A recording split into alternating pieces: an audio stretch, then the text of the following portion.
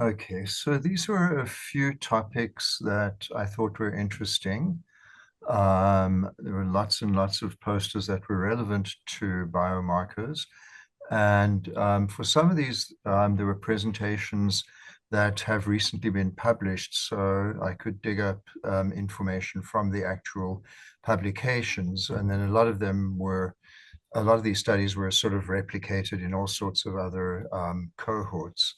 But these would be some of the topics to think about. And actually, I won't cover the synuclein seeding assay in these slides. We can talk a little bit about what people presented. So first off, talking about plasma p-tau 217, and there was a presentation from the group in Sweden on how these perform in primary care.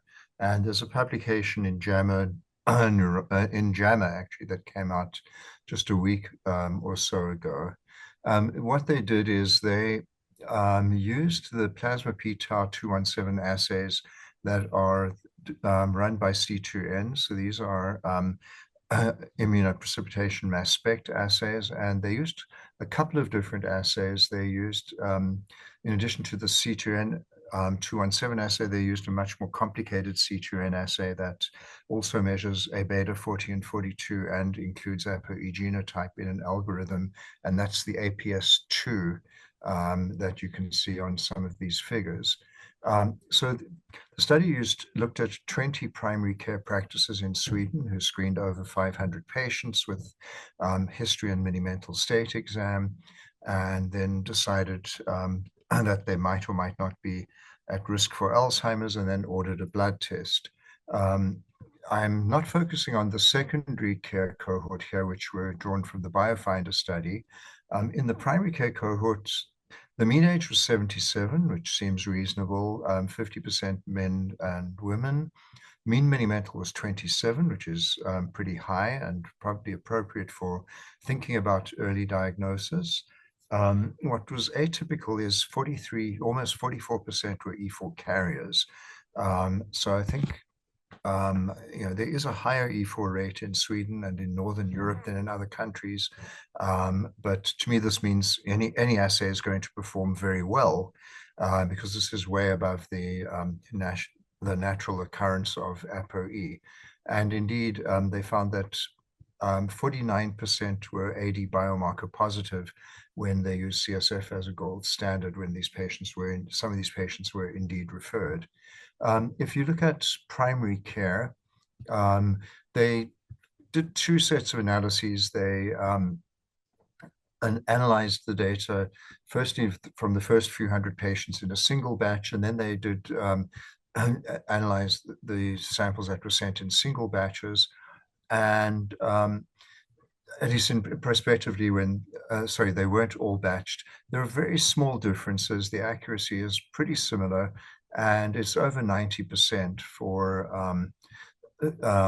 for these assays in both primary and secondary care. There's positive predictive value and negative predictive value that are both pretty high.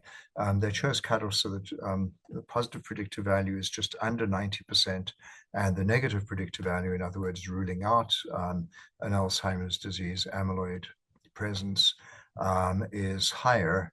And curiously, it was higher for the p-tau 217 on its own than for this mashed up APS2 assay, at least in this subset, but here it's about the same all in all. So the bottom line is, these assays performed very, very well in this particular setting. And what they did is compared the clinician's estimate of whether someone had Alzheimer's or not, which they asked the primary or secondary care doctors to do. The secondary care doctors, I don't know that this was done ahead of time because these were frozen samples used from the Biofinder study. Primary care, they did ask people to rate whether people had Alzheimer's or not. And you can see that overall the accuracy was 59%. So the primary care doctors could have flipped a coin and they would have come close to using their judgment. their judgment just beat a coin toss, but clearly the assays improved on judgment. Interestingly, in secondary care, the dementia specialists were about, I think, 67%, and they did better at excluding Alzheimer's than including it in this particular study. So quite interesting data. More studies need to be done, but it does show feasibility and some reasonably strong support for being able to use assays in primary care. Another presentation, and again, this has recently been published, is that there are now all sorts of different fragments of tau that one can measure in CSF. We know of p-tau217. There actually are assays for p-tau205, which appears a little later than 217. And there's a lot of excitement about an assay for the microtubule binding region called tau243. These are all assays that have been developed by C2N, and in this study, they were run by C2N as mass spec assays. And there's another one called NP-tau, the N-terminal parts of tau. The tau243 has been shown to correlate at least moderately well with tau PET. The other ones seem to correlate better with amyloid PET than with tau PET. So here they looked at a statistical method of trying to line up when these assays first became abnormal. So it's a pseudo-longitudinal study, but it's done cross-section in a large number of patients. And they showed that a beta 4240 changed before anything else. The next one that changed would be p-tau217 over total tau217, then p-tau205, then the 243, and then the m-tau-t NP-tau. And they decided they could then use this as a staging system and come up with 5 different CSF stages. And this shows where each assay would change in relation to these stages. And if they fit curves, again, this is sort of a pseudo-longitudinal data process. If they looked at CSF stages and how abnormal they were and how they might change over time, 42/40 changed first and earliest, but then it didn't change too much after that. p-tau217 changed next and continued to change over time. 205 would then change with a moderate continuation. 243 changed and continues to change and maybe reflects tau burden, and then NP-tau changes next. When they looked at whether these CSF stages have any meaning, if one maps them onto other kinds of biomarkers, they found that the CSF stages correlated, at least in the earlier stages, with amyloid PET, maybe a little bit with the later stages, and then with tau PET, stages 3, 4, 5, which is mainly the MBTBR biomarker correlates with tau. They looked at MRI markers where there isn't much correlation, CSF neurofilament light, not much at all. And then for cognition, they came up with a cognitive composite called the PAC, and they showed that there was correlation with cognition, at least across the later stages.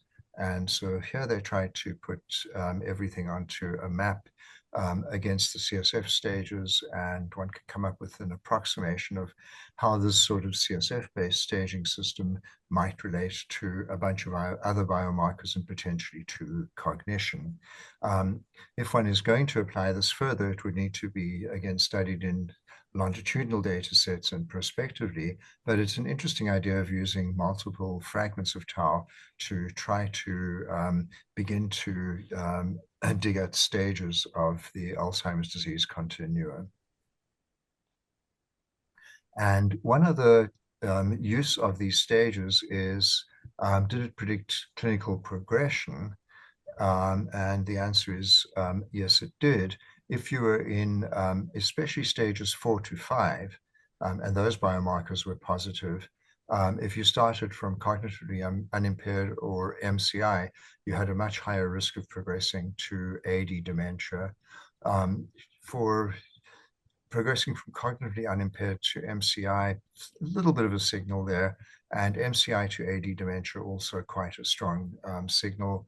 And they tried to come up with an estimate of the mean time, but clearly there's quite a lot of variability around that. So anyway, it's an interesting approach using one kind of biomarker to try to stratify and prognosticate. This is an AD plasma biomarker study. Sorry, I'm not sure how to get this to disappear. I didn't do it.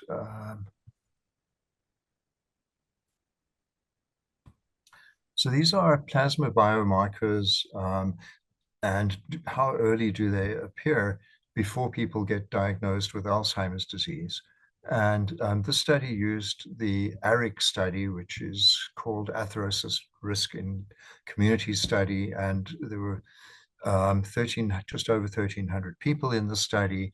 And the markers they looked at were just the general Quanterix assays for 42/40, p-tau 181, neurofilament light, and GFAP. And they looked at visits. They've done a number of different follow-ups. Mid-life, late-life visits were both compared against incident AD cases. And what they were able to show is that at midlife, there is a slightly above 1 risk of eventually developing dementia if the 42/40 ratio is abnormal. Also, if the p-tau 181 measure is abnormal. NFL and GFAP didn't show up as significant. Here in the late life visit, there was a much higher, almost close to a between 1.5 and 2 hazard ratio for just about all of the biomarkers for developing incident AD. And so this was published, and there were a number of other cohort studies where which were shown as pubs or posters, where people were measuring one or other of the biomarkers, usually p-tau 217, and showing that it changed years before the incident of dementia. So there was a lot of stuff on that theme. I wanted to manage to get hold of some of the slides. So this is if you are going to use some of these biomarkers in a therapeutic setting. And so the lecanemab study had presented some of these data before based on their 18-month study. And at AAIC, they now presented how a bunch of different plasma biomarkers might change in response to lecanemab treatment over a longer time period. So the markers that they were interested in were plasma A beta, which is going to be the 42/40 ratio. It would be decreased as a result of the buildup in amyloid plaques. p-tau, they are able to measure 181 and 217, should be increased in Alzheimer's disease pathology. And neurofilament light may be slightly increased in plasma in Alzheimer's. GFAP reflects an astrocytic response to AD pathology and tends to be increased. So they came up with a schema where in response to early AD pathology, one might find changes in amyloid PET, A beta 42/40 in CSF and blood, GFAP, p-tau 181, and p-tau 217. Later, one might find tau PET or this MTBR243 biomarker, or NFL, or total tau. So with that in mind, they had previously presented what they call the core study, 18 months of double-blind treatment with lecanemab or placebo, and they offered open label extension to everyone who was in the basic study, and they also treated people who had been on placebo for another 12 months. And so this is amyloid PET showing that there was removal of amyloid from the brain in 18 months of treatment, and this continued even over the next 12 months with continued treatment with lecanemab. In people who were initially treated with placebo, there is removal of amyloid, but not down to the same level as in people who have received ongoing treatment. if one looks at plasma 42/40 in the core study, if you remove A beta from the brain, hopefully the 42/40 dynamics will normalize and 42/40 might increase, even though it's by a very, very small amount. And what they found was that in the core study, it increased by at least a moderate amount, and this even continued during open label extension. For some reason, they present this up to 24 weeks and not 30 weeks. And I guess they didn't do a blood draw at 30 weeks. In people who were initially treated with placebo, 42/40 stayed low, and as they switched to active drug, it increased but didn't quite catch up. Here are data on p-tau 181, and in the core study, it showed a decrease. So it's going to be elevated in the presence of Alzheimer's disease. It showed a decrease and it stayed down in people who continued during the open label extension. There's a little bit of wobble, but essentially these are around very, very low values. In the core study, it continued, in people on placebo, it continued to increase over time. And then if these people were then switched to active drug, it decreased, but again, didn't reach the same low levels that were found in prolonged treatment. Here are data on p-tau 217.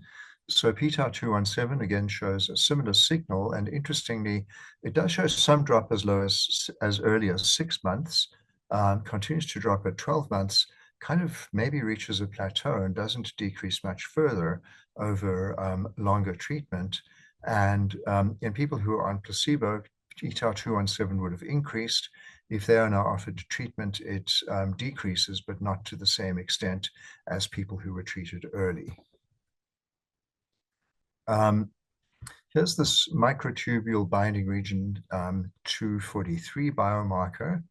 And what they showed, and this is in the regular study, placebo versus treatment, they showed a decrease. There's a lot of variability. They claim the overall decrease is by about 44%, but in fact, this p-value was not statistically significant, which is interesting. Yeah, I think once I'm having trouble, I just I was like, I'm going to do it the old-fashioned. Well, that's what we've been doing. You kind of have to go with it because that's okay with me. Yes. I'm going to ask everybody to silence their audio. Thank you. Sorry to interrupt. So yeah, for me, this is kind of interesting because if you go back to the previous slides, p-tau 181 and 217 show very clear changes as early as 6 months and wide separation by 12 and 18 months, whereas this MTBR biomarker in the placebo group continues to increase, in the lecanemab group continues to increase. So this suggests that what is going on as a result of removing amyloid is that you are not, if this is a marker related to tangles, you are not suppressing the continued formation of tangles and continued spread of amyloid in everybody. Maybe there are subgroups where this might occur, but this is a less robust effect. And they looked at tau PET in relation to changes and claimed that people who had less tau had a better effect with lecanemab. But in any case, this would be an interesting biomarker to be able to look at to get some sense of whether one is impacting tau or not. Here is a set of other biomarkers, GFAP and some other markers in CSF. GFAP in plasma, again, it showed a very early drop that continued over 18 months in response to lecanemab and continued further with further treatment. With people who were flipped to active treatment, it then showed a decrease, but not to the same degree. Neurofilament light shows a little bit of a response, but it's not quite as dynamic a marker as any of the other ones we've looked at. And it actually tended to go up a bit over time, which despite persistent treatment, which is kind of interesting. CSF neurogranin, a synaptic biomarker, showed a decrease by, I think it's 50%, as early as 12 months, persisted by 18 months in people who were on active treatment versus placebo, where it just stayed elevated. And here's CSF total tau, which again came down in active treatment. So the issue is that there's another study that was presented where treatment was interrupted. So this was an earlier phase 2 trial where people received no treatment and then received open label. So this shows how biomarkers will change after treatment is stopped. And 42/40 started to increase or become more abnormal after treatment was stopped, and then with open label tended to bump back down. p-tau showed some degree of reaccumulation, GFAP showed some reaccumulation, and p-tau 217. And so the people who were presenting were claiming that with ongoing therapy beyond an initial 18 months, this would continue to maintain improvement in plasma biomarkers of AD. It is interesting and important to decide whether this is associated with clinical benefit or not. There were separate studies that did show clinical benefit, but they didn't show a linkage between the biomarkers and clinical benefit. Finally, they showed or they modeled a reaccumulation rate if treatment is stopped for each of these different biomarkers.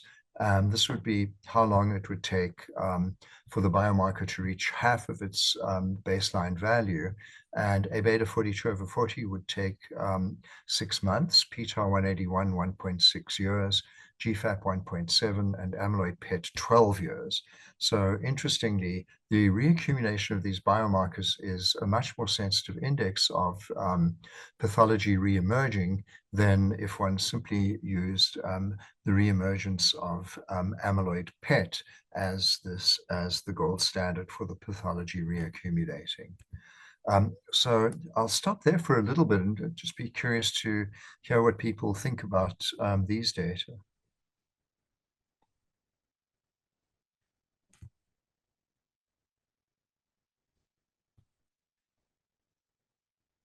Any comments or thoughts about the clinical trial data from anybody?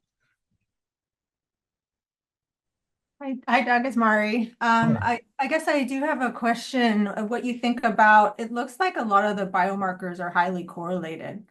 Right. They've measured a tremendous amount of them, but they all, not all, but many go in the same direction at the same rate and have that same wobble you notice. So Yeah. What might that mean as far as what we need to measure going forward? Maybe a smaller set or? Yeah, it's a great question. I think it's redundant, and I agree. We don't need 181 and 217 and GFAP and NFL.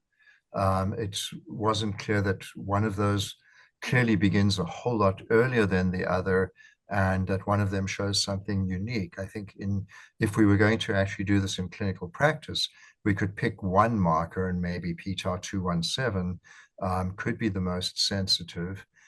If we wanted to look for amyloid reaccumulation, 42/40 is interesting, but it's challenging to measure it. I think in the study they were showing C2N measurements of 42/40, and other assays might be a little less sensitive at showing this reaccumulation. I think it is interesting that the markers continue to change beyond 18 months. And I think one of the issues that a number of us has been grappling with is what does it actually mean to clear amyloid? And is amyloid PET able to show this? And at what level is amyloid PET able to show this? And I think it's a little bit of an open question. People who've converted the amyloid PET data to centiloids have suggested we need to get that clearance below 25 centiloids is different than clearance below 10. Maybe clearance below 10 should be a gold standard, and so on and so forth. To me, we may be able to dispense with longitudinal amyloid PET biomarkers and really look at the plasma biomarkers, which, if we know the reason, we could sample them much more efficiently and much more repeatedly. Do you think there's enough there from a clinical standpoint as to like cessation of therapy based on some of these biomarker findings? I also didn't see the correlation with like the clinical findings, but of course that being the ideal standard. But particularly thinking, I'm in Canada where we're always looking for ways to keep therapy as cost effective as possible. So this question has already come up with the government. Right. So ASI would say they don't want people to stop therapy, and they think that they think that the drug continues to target protofibrils even after it's cleared amyloid. Lilly, on the other hand, wouldn't make those arguments about donanemab because it clears. A question is, how long should you treat with donanemab to clear? And in my opinion, so what they didn't show the absolute concentration of these biomarkers, p-tau217 and so forth. They're showing relative changes. So one doesn't know whether they're changing back into the normal range or into some slightly elevated range.